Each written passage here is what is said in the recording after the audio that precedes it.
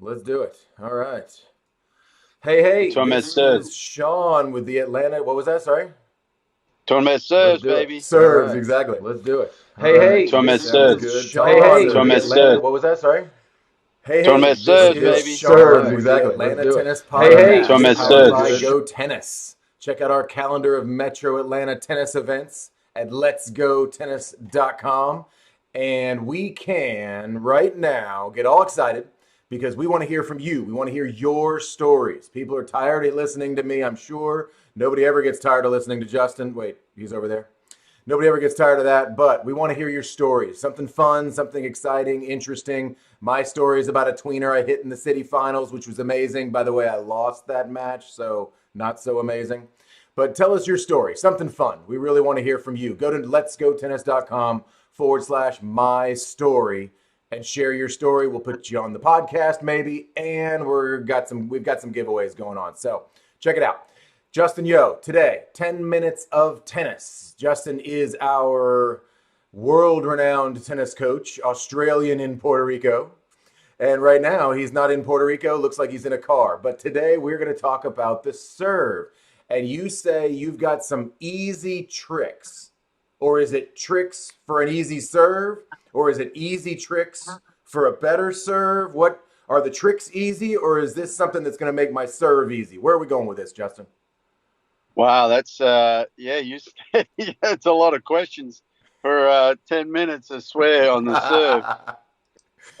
But the serve, probably the easiest trick in the world is I've probably had two things that have really based my career on teaching serves, and that is just teaching people how to throw, learning how to use the palm down, learning how to use the two fingers on the ball because that tends to be where you snap on the racket. Um, Learning how to use left and right arm together as a combination, learning how to rotate your hips because you're driving your serve is your back hip. It's not necessarily your shoulder. Um, yeah, and then teaching a female how to serve like a female and a male serve like a male. That's another whole 10 minutes of tennis on its own. Deal. I'll write it People down. really, yeah, well, people don't understand this, and this is where it goes wrong even on the tour level. Is if you try to teach a female to serve like a male, it just can't happen for the reason that a male uses his torso and rotates a lot from there. A female tends to use her legs more because she's about two-thirds legs. And so she drives a lot from her legs. The men drive a lot from their torso. And so you have to teach the serve differently for that reason. That's why we see a lot of females with a more modified style looking serve, and you see the guys with a bigger wind up.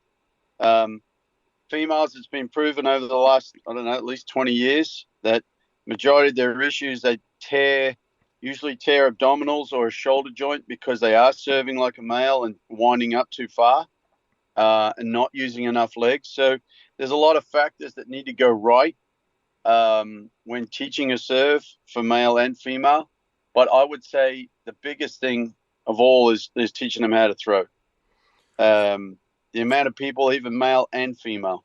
So as a trick, and I'm going to say, all right, Yeah. I'm going to ask for 1 to 3 tricks and say, okay, there's one trick. Throwing gets me that snapping thing. Is it the elbow back? What about the throw? And that maybe again is his own 10 minutes of tennis.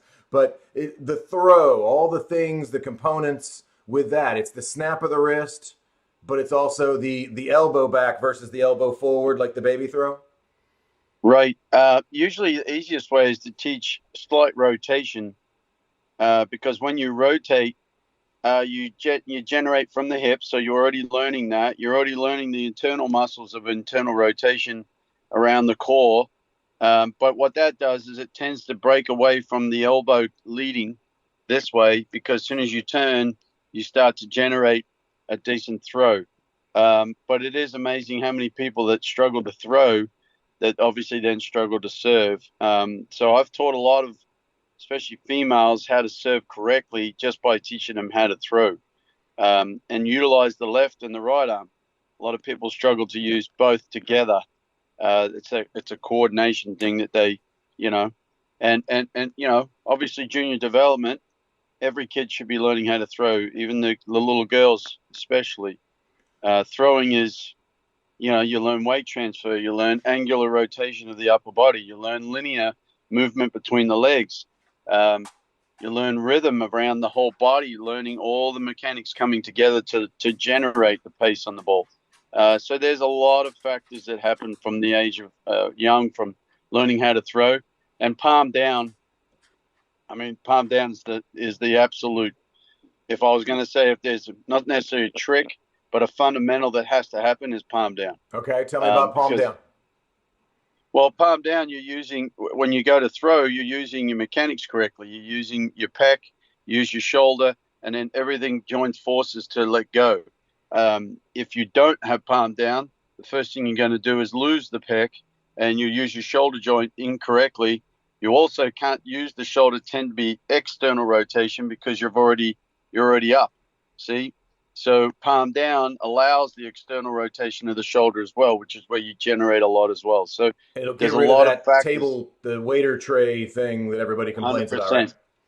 Yeah. The bartender serve. Yep. Yep. You get rid of that. But the palm down is definitely probably the number one thing that you want to make sure every child or every person that's learning to throw, they have to learn from here and learn what it feels like to get all the mechanics to go together. And that's probably the biggest trick.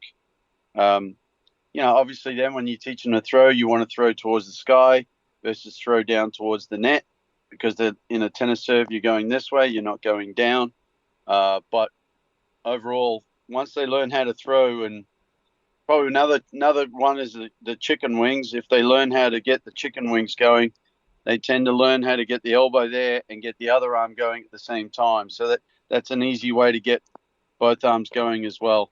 Well, and the chicken wing Pretty you're hard saying for is me. as a good thing on the serve, because we always say that's a bad thing on the forehand, right? Yeah, well, it's not that bad on the forehand though, because Okay. on the forehand it all depends on the windup.